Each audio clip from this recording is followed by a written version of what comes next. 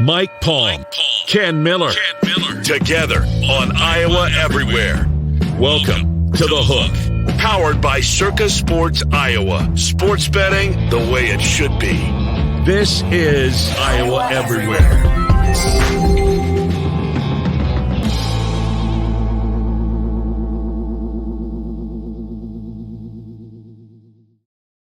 And hello again, everyone, and welcome to The Hook. My name is Ken Miller. I do talk radio here in Des Moines along with Trent Condon. We're on 11 to 1 on Des Moines Sports Station, 106.3 KXNO, where we talk a lot of sports and a lot of sports wagering. Mike Palm, the Vice President of Operations from Circa, is my co-host for this next, however long we go. We're going to a lot of hockey conversations. I want to go behind the scenes with Mike Palm, with March Madness upon us. How quick and how needed and how necessary is it to get those lines up ASAP, kind of the calm before the storm. Let's go to snowy Las Vegas. My co-host is Mike Blum. Mike, this is unbelievable. Are you in Summerlin or Henderson, first of all, your home? Well, technically it's Spring Valley, but if you go 2 blocks one direction, it's Summerlin. Summerlin, right, yeah. Did you have snow in the backyard yesterday out by the pool? The flakes were like this. Yeah. But they don't stick, Kenny. Right. They just don't stick. I mean, there's been one time that I can remember, and I've been here since 2005, that it actually stuck to the ground and you had white on the ground. So they hit the ground and then it turned to water. But the snow on the mountains, and I looked directly at the mountains to the west. Oh, it was breathtaking. And so, but people can't drive. It's snowing, and I mean, it's just ridiculous what happens with the traffic here when it snows at all, because the people, it's like Fernando Valenzuela at Olympic Stadium when it snowed and he'd never seen it and he kept circling the mound, didn't know what was happening. That's an underrated ballpark. It's the first ballpark I ever got to, the Expos and the Braves. Yeah. I wish that city would get Major League Baseball back. I do. I know that they had it and they failed, but they want it back so badly. Olympic Stadium was like a mausoleum at the end. It was just antiquated. I've seen the plot of land downtown Montreal for not a big ballpark, like 50,000, I think, 45,000. Any chance, or where do you see expansion of Major League Baseball if it happens? Well, I think, obviously Vegas is an area. I think the Carolinas makes sense. Yep. You think Portland? Does Montreal have enough people to support it? I think so. I mean, they have 2 exhibition games a year, right? Toronto comes over and the Blue Jays play somebody, and there's 45,000. It's the 2 days before the regular season starts. Can they support it all year long? Look, you go back to the 70s and the 80s when Montreal was in their heyday with Raines and Gary Carter and Ellis Valentine and Andre Dawson and Steve Rogers and ... So many guys. They would get 30, 35,000 a night. But in the end, I mean, I feel bad for Tony Gwynn and their fan base. That's where he got his 3,000 hit in front of family and friends on a September night at the end of the Expo season. Yeah, I mean, those were some good teams in the early 80s that they had. And, remember the NLCS with the Dodgers and the home run. Rick Monday, the Rick Monday home run and huge. And that. So I don't know. I Nashville, Portland's an interesting city. So yeah, I think those are all candidates. If you think they need to expand. Yeah, that's a fair point. Well, have you started to dive into? We talked baseball last week on the program. Have you got any more in depth into it since that time? I haven't done as much because of the sickness in the family, Kenny, and it's just been hard to get 20 minutes of free thought to do anything right now with the kids and that. So we'll hit it more next week. Let's do both Central Divisions next week. I'm all for it. Let's do it. If obviously we'll be in the throes of March Madness. So what's this week like? Is this kind of get things done that you might have to put off for a couple of weeks because it's going to be just madness, literally, with all the people coming in and out of town? Well, there's 13 conference tournaments that are going this week, including one of my favorite, the Missouri Valley. And, in 4 of the 13, the 1 seed is not the favorite, including Drake, who technically finished second to Bradley, but is the favorite here. It's really interesting. Some of these, the team that won the regular season is the 3rd choice. So for people that don't love to bet futures because it ties up your money, these conference tournaments only tie up your money for 3 or 4 days. If you want to take a shot at, to win a tournament, I know people have bet into who's going to win the conference tournament already, but these are interesting ways to play some of these smaller tournaments. Is that what you do, Mike? And do you then carry that over to the Power 5 or Power 6, whatever you want to call it? I haven't been able to spend enough time to do it. I'll play game to game here a little bit. I think there's some interesting in-game opportunities where teams that are favored against real bad teams, they're down at the half, and basically you're betting them to win the game. I think it happened with Troy today. I laid 6 in the second half, so they had to win by 2. They end up winning by 4, although they got down by a bigger margin. There's some interesting opportunities, and I love the march to the arch with the Missouri Valley. I mean, I think it's always a great tournament. It's rare the 1 seed wins. No, to me, it's the unofficial beginning of March Madness. Covered it when Drake won in 2008 when they made it as a 5 seed to the big dance. The Panthers, the Duke, and fall subsequent years to that. It's a great city, and everything's right together, right? It's all downtown St. Louis. Oh, yes. It's a beautiful building. There's plenty to do. Restaurants are good, so I'm with you. I highly recommend going. My father. I don't know if I ever told you this story, Kenny, or you and Trent, but my father did not like to fly. So our summer vacation every year, 1 week he would take off, and he would correspond it to baseball. So we would leave on a Saturday night from Dubuque, and we would drive to Des Moines, and we would go to Adventureland on Sunday. Yeah. And we would stay there, and then early Monday morning, we would drive to Kansas City and catch a Royals 3-game series. It didn't really matter who the Royals were, but he loved Kaufman and the fountains and all that. Yeah. We'd go Monday, Tuesday, Wednesday, and then very early Thursday morning, we would drive across. So the last leg of the trip was always a Cubs 4-game series at Busch. Oh, my. He was a diehard Cubs fan, but he hated to go into Chicago. So he would much better. And we love St. Louis. St. Louis is a great city. Like you said, everything's right there downtown. A lot of stuff for kids to do. Yep. The art, all that stuff. So that was our trip every year. So he worked for St. Regis Paper Company. They made cartons, paper products. Quaker Oats was a big, but Anheuser-Busch was a big client of theirs. So we would get 4 seats, 8 rows up directly behind home plate for that whole series. Nice. And we'd stay in the hotel the Cubs stayed in, and we get to run into Dave Kingman and all this. So he loved it so much. So I think from the time I was 4 or 5 to like I was maybe 10 or 11, that was our trip every year. Did you get up in the arch? Did you go up in the arch and take that experience? So we bought 3 tickets. I think I was 6 or 7 years old. Maybe it was our second time. We bought 3 tickets to go up, or 2 adults and a child. And my father watched the movie on how they made the arch, while we were waiting for our time, and then he wouldn't go. Is that right? He got a refund. The people died, the wind, and all. He said, "I'm not getting up there." It's something too. Part of the reason he was a little claustrophobic, why he didn't he wouldn't have done well there. But when you get to the top, and it's great. Amazing. Yeah. No, so my mother and I went. You know what I likened it to, and I didn't get there until I was probably in my 30s, maybe early 40s. It's like getting in the clothes dryer at home. You get it because it's really cramped, but once you get up there, and it, yes, it's a little bit like when you climb the roller coaster when you're going up, and it's true. Click, click, click. Yeah, click, click, click. Yep, absolutely.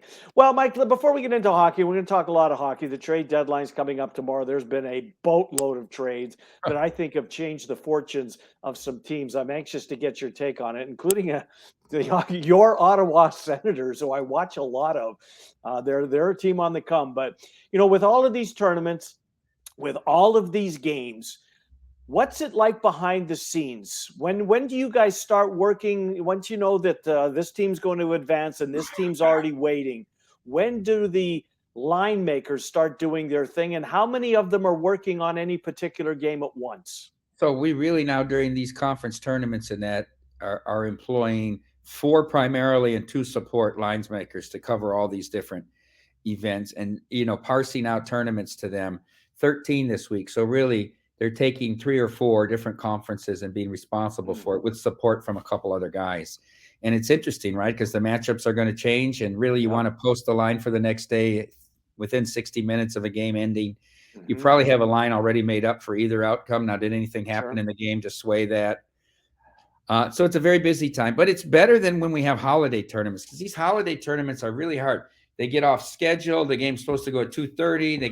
It's harder in the holiday tournament times when football's still going than right now. And it's much easier to do right now. Yeah, because you got the NFL, you've got college football, you got the holiday tournaments. Yeah. Is that the busiest time? That's the busiest time for the bookmaker in that November, December range where you've got college basketball tournaments along with football and college football. So 60 minutes after the game ends, you post a line. Sometimes sooner. That's really the goal. Maybe it's 20, 30 minutes, but you want to get it up within an hour because your competitors are going to have it up. Absolutely. And so you want to have it up there for people who's got a strong feeling after they've watched that game to bet the team next, either to fade them or follow. So when you post the line, how quickly is it before you realize, maybe we messed up, or boy, this looks like it's spot on? Well, I mean, it depends on how many max bets you take, right? I mean, usually at the third max bet on the same side, you start to move the number, and maybe you're off to the market, Yeah, and that happened, of course, when you put the Super Bowl line out, right? And very quickly. Yeah, very quickly, but then everybody said, "My God, they won by 3. Circa had a 2.5 to the cheat. Well, Circa this, Circa that." I mean, then we were taking all the credit, but for 10 days we were the idiots, right? So I mean, it doesn't really have to do. You're putting a lineup to take action, right? Not necessarily equal action because of our future liability there. Is there still? I mean, so let's go over what's going on in Vegas. All the tournaments. So T-Mobile gets used. The Orleans get used. Thomas and Mack. Does the MGM still host anything? I don't believe so. They don't have anything there at Grand Garden anymore. Orleans gets hit, and then Thomas and Mack and T-Mobile for the Pac-12. I like all 3 venues. Okay. I'm going to try to. Here's my dream: is to catch, if it falls right, to catch Gonzaga St. Mary's in the West Coast final. Try to catch maybe the semifinals of the Mountain West, and then hopefully Arizona and UCLA will meet in the final of the Pac-12, and then fly to Des Moines for 6 games, Thursday and Saturday. I hope that's the format where they got 4 the first game, 2, right? Yeah. 6 games. And then fly back to Vegas and get to watch the West Regional Final. So I might just have a terrific 2.5 weeks of college basketball. Yeah, I know that the folks. I got a call from the folks at the Wild Rose, your partners on the suite. They're pumped up about the fact that you guys are coming, and the fact that they get to, you've got that suite at Wells Fargo Arena. Yep. Mike, have you been inside that building? The last time I watched a basketball game in Des Moines was the 93 girls 2A or whatever large class state final at Veterans with Larry Niemeyer won with Cedar Rapids Jefferson. That's the last time. Watched a lot of games at the Vet with Dubuque Wahlert with the boys growing up before I went there. Right. Before I went there, going to the Vet for the state, and they had some great teams in the early 80s. When I was 7, 8, 9 years old, they were in the state tournament and some great games. I remember we were down 14 to Assumption and the first round game at the state, going to the fourth quarter, and came back and were tied with 3 seconds left and had the ball at half court and made a layup at the buzzer and went. I mean, just some really great memories at Veterans. So would the family stay over? Oh yes. Yeah. We'd stay over for, if they got knocked out, then we'd drive back, then we'd drive back home. Otherwise we'd stay, everybody from the school would always stay at the same hotel and it's a real community. Well, that's what kept Trent busy this last week. In fact, he wasn't on the show today with me. He was at the doing, what did he have? Darling Catholic and Pleasant Valley, and the early game was Ankeny Centennial. There's 2 high schools in Ankeny now. A Centennial versus, Johnson Dragons, who are probably maybe the team to beat. So that's what Trent's been up to today. I missed the 6-on-6 with the girls, though. Yeah, I didn't experience it. I think that was something so uniquely Iowan, and it was it actually taught a lot of skills, right? You could only dribble twice, and then you had to pass the basketball. I would go, if I went down to watch, I would go and watch both girls' state tournaments because I thought they were outstanding. So when did it end, Mike? Do you ever I got here in '89, and I don't remember. I'm not sure I was into it, to be honest. High school sports. I didn't grow up here, obviously. Do you have any idea when that would have ended? Was it in the 90s or was it prior to? I think it was while I was it was when I was in high school. So that's 88 to 92. So somewhere in there. Keep going. I'll look it up. All right. Well, yeah, because I know I've read a lot of articles on it and spoken to a lot of people, a lot of women that have played in it. So the two dribbles. So you pick up your dribble, and if you got to pass the ball clearly. Yeah, if you So dribble a third time, it's traveling. okay. So Oh, how you do got you? three? I mean, so where do you place the girls on the floor? There's a couple of them that never cross midcourt Well, almost. they never. No, you have 3 offensive and 3 defensive players. Okay. If a basket is made, the refs throw the ball to half court to go the other way. Okay. Didn't know that. Yeah. Interesting. Yes. It was a very interesting game. And Iowa was unique when it comes to this. No one else They state. were the last one to have it. I think Oklahoma had it for a shorter period of time. Yeah. The 1993 was the final year of it. So right in Close. your high I was school real close. wheelhouse. Yeah. Good stuff. Well, also in your wheelhouse is the NHL, mine as well. This has been a crazy week. So just before we get into it a little bit more in depth, and I love the fact that we talk hockey on this program because I don't get to. And then I'm poking holes at our show. I mean, Trent watches college basketball. I like to gravitate to more hockey. Who in your mind got better this week? What contender is better than they were this time last week when we spoke? Boy, Rangers? I draw a big circle around the Rangers, and waiting to come on with you, I watched the first 8 minutes of it. This Madison Square Garden's on fire. Oh, I bet. I mean, this fan base is so energized, and they're playing Ottawa tonight. Right. Kreider scored a shorthanded goal off a bad penalty call, and it's still 1-0 with 2 minutes to go. Mm-hmm. But these Rangers, I mean, that fan base is energized. You still have Shesterkin. Now he went through that 5-game stretch where he was awful, Terrible, right? But I think that this team is like they believe, right? And now I've always drawn a line through New Jersey and said it's Carolina. Mm-hmm. But New Jersey goes there and just makes Colorado look silly. I mean, the way that they so. But Cale Makar was out, correct? Yes. Yeah. But I think you have to consider them. It's really interesting. Kenny, a lot of teams are going all in that are going to be out in the first round. Just think about that. That are going to be out in the first round, especially in the East. It's so difficult. The Stanley Cup winner. I mean, I think there's only how many teams in the West can win the Cup? One? Would you put Edmonton in that group? Kenny, Edmonton's now the second betting choice in the West. The Knights, who sit atop the West, are the third choice to come out of the West. Mm-hmm. It's Colorado has now become the favorite again. Edmonton. I looked at Edmonton. I was very impressed last night against Toronto. I thought they played real well. Yep. Real well. I still think Dallas can win it. So I hate to say no to the Knights.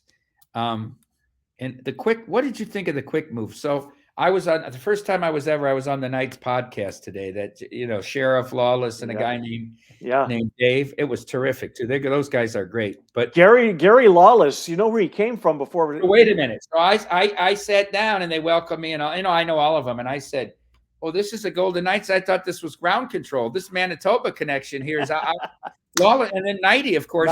Yes. He's from some small town that right outside. Home of the Lilies.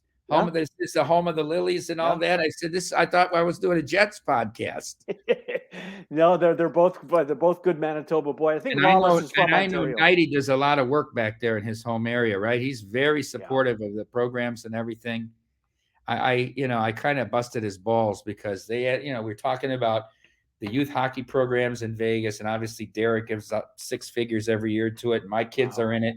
Derek's going to give a check for $100,000 right before the Canadiens game on Sunday, and me and my kids are going to walk out there on the ice with him. Nice. And I just talked about it, and so we talked this and that and what the Knights mean to our business. And I said, "Can I ask you guys one question?" And Shane Nighty, you're excluded from answering. But in what world is Leah Hextall a national play-by-play? Oh, they are. They are. I think they're from. If they're not from the same hometown, they grew up very close together. I mean, she's taken the job from Nighty. Nighty's like the number 3 guy, and she's become the number 2. I mean, it's ridiculous.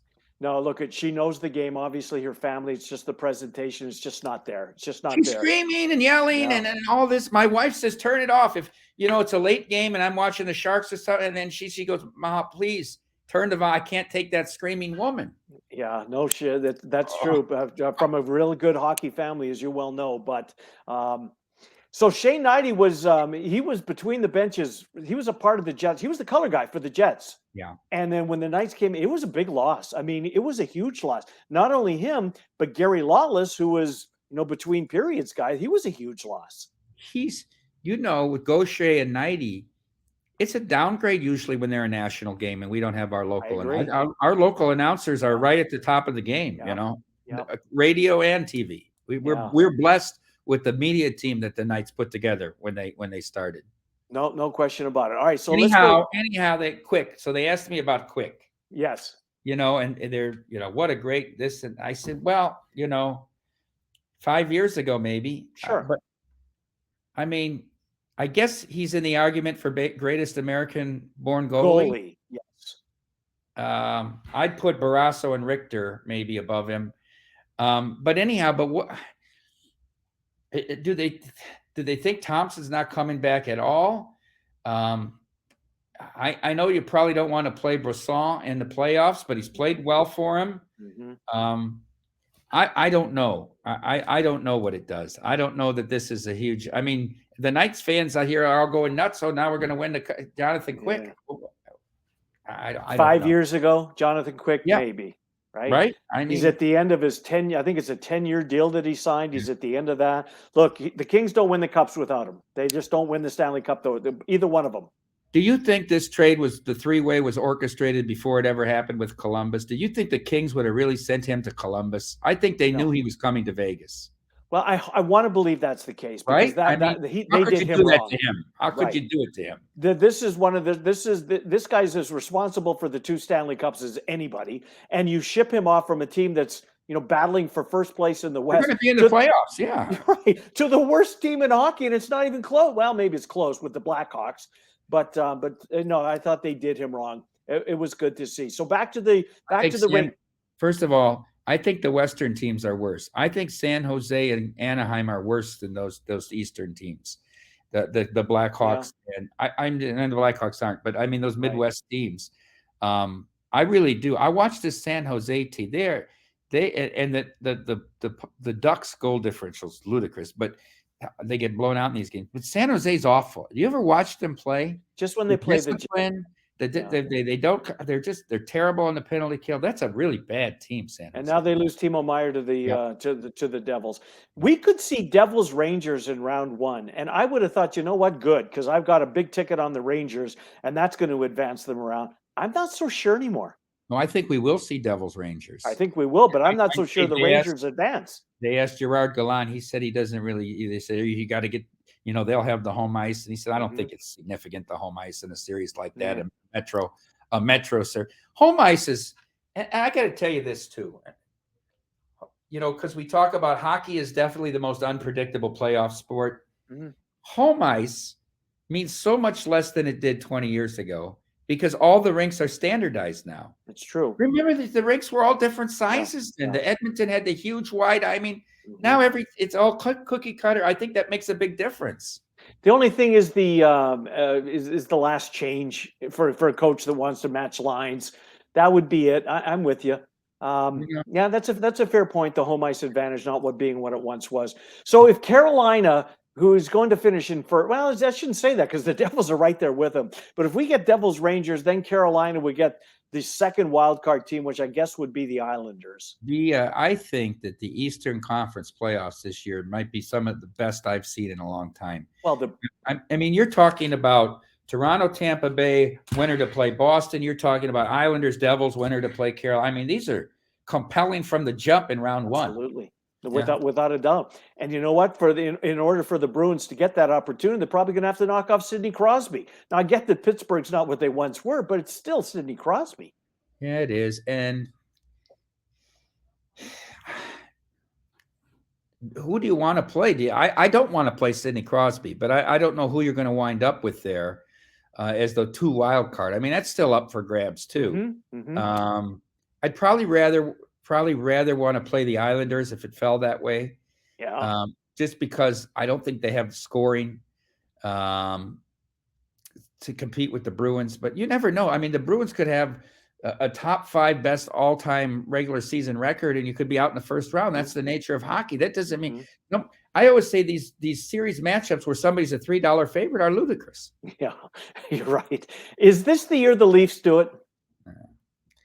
I think they're in too tough here. Because they're going to have to pay Tampa than Boston. I think they're in too tough here. Yeah. And that Boston has always been, especially in recent memory, thwarting them. And whether it's a 7-game series or they just can't, get over the hump. I thought they're going to do it a couple of years ago, and then they lost that Game 7 in Boston, and was really a great series with all the games being competitive. I don't know. I think they can play a different style this year.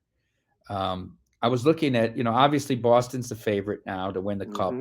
Colorado's second. Carolina's third, followed very closely by Toronto. It's interesting. Then Edmonton, and then the Knights. Wow. A couple of Canadian teams. Boy, it's been a long time since a Canadian team won the Stanley Cup. Yeah.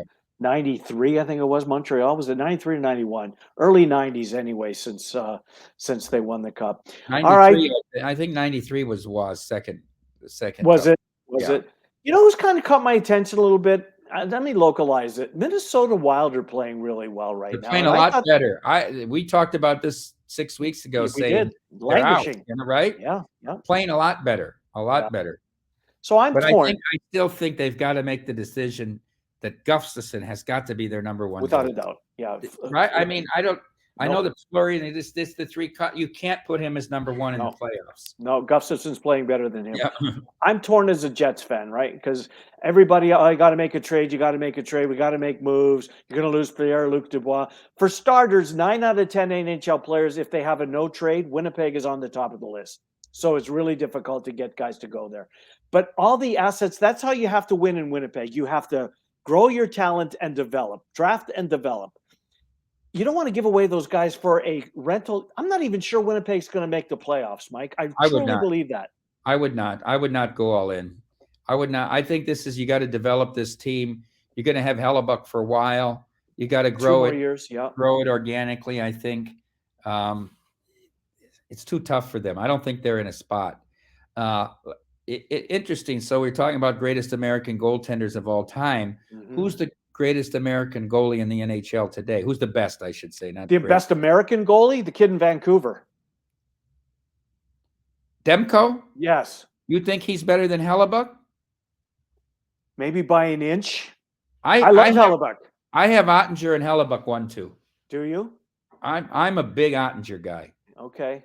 But I'd put Ottinger and Hellebuck 1-2 over Thatcher Demko. Ronald Reagan's favorite goalie, Thatcher Demko. Yeah, really. That's good. That's really good. Look, the Jets aren't where they are without Connor Hellebuck. Without a doubt, he's kept them in more games. Where did they get outshot? I think it was in New York. It was in Madison Square Garden. Yeah. They got outshot 51-17 and won the game 5-1. 2-1 or something like 3-1. 5-1, I think. Or was it? It got out of hand. And he plays all the games for them. Everyone. I mean, he's another guy. He plays 80% of their games. Yeah. Nobody does that anymore. I mean, No. So are you sold out this weekend? We are. Yeah. We are. Now can you, if there's somebody out there that wants to, I got to do March Madness, I got to cross it off my list. Can you get in? Is there anything available this late? You can get into the watch parties. You can get into the watch parties. You can get into the book, and you can get into Stadium Swim on Saturday. Thursday, Fridays are sold out. This weekend's a very interesting weekend, Kenny, because we have this Jim Irsay collection thing. I don't know if you've ever heard of it, where they bring all this rock and roll memorabilia. Oh, I've seen it. Yes. And they're going to have a concert with all these incredible musicians. We've got NASCAR here this weekend. We got this big UFC fight card on Saturday night with Jones and all this. It's actually an incredible weekend. And all these little conference tournaments too this weekend. Saturday's a pretty amazing day here, in fact. I didn't know that. So when the regional final is in Vegas, and we'll be there for it. Everywhere is coming out. I think Chris, John Miller, Matt Van Winkle, and I'm going to be there with the family, but going to do some stuff. Is Taylor Swift doing a concert that week? Is that the same weekend as the tournament? She's doing it 17th is St. Patrick's Day, Friday. Yes. I think her concert's Saturday night. So she's on the regional final day. Where's that at? At Allegiant. Oh, it's at Allegiant. I gotcha. She can sell 100,000 tickets. I thought, how are they going to pull this off at T-Mobile? I thought they can't do it. They can't. No, they can't. Okay, gotcha. Allegiant, unbelievable. Mike Palm, we're out of time. Enjoyed this. I love talking hockey. Love going behind the scenes. What's going on in a very busy week in Las Vegas. We'll get back into Major League Baseball when we resume with the Hook next week here on Iowa Everywhere. Thanks for being with us. Talk to you tomorrow on the radio. Mike Palm will join Trent and I tomorrow at 12:05 local time, and we'll do this again next week here on Iowa Everywhere. Mike, have a great week. Thanks, everybody.